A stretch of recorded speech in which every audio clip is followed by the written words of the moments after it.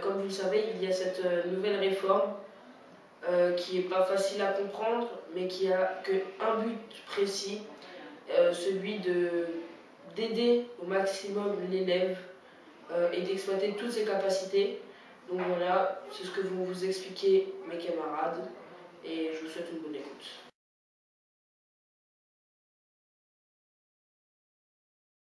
Contrairement à la troisième, on ne trouve plus de musique, de technologie et d'art plastique, mais on découvre l'accompagnement personnalisé.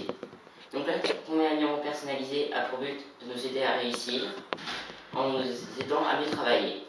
L'accompagnement personnalisé est divisé en 3 parties. Le soutien dans les matières principales, français, maths, histoire et langue, où l'élève remédie à ses difficultés s'il en a. L'approfondissement de ces mêmes matières pour les élèves qui ont des facilités. Et à la fin, un apprentissage des méthodes de travail, comme la prise de notes.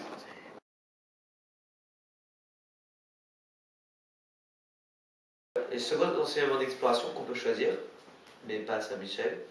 Il y a les principes fondamentaux de l'économie et de la gestion, PFEG, si c'est pas choisi en premier choix.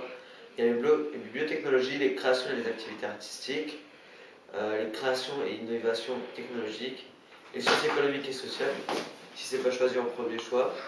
La santé et sociale, l'écologie, l'agronomie, les territoires et le développement durable, c'est dans les lycées agronomes. Agronome, c'est obligatoire comme deuxième choix. Dans les lycées agricoles. Il y a les langues et les cultures de l'Antiquité, latin ou grec, donc c'est 3 heures au lieu de 1h30.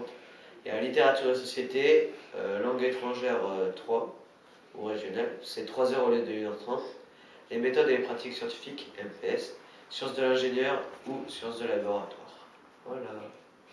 En sachant qu'à Saint-Michel, tu peux pas choisir le premier enseignement, tu as juste SES. Les options présentes en classe de seconde l'année prochaine seront de 3 heures hebdomadaires. Il y en aura 3 possibles à Saint-Michel, du latin, des arts plastiques et du chinois. À savoir que l'on pourra combiner latin et chinois ou chinois et arts plastiques.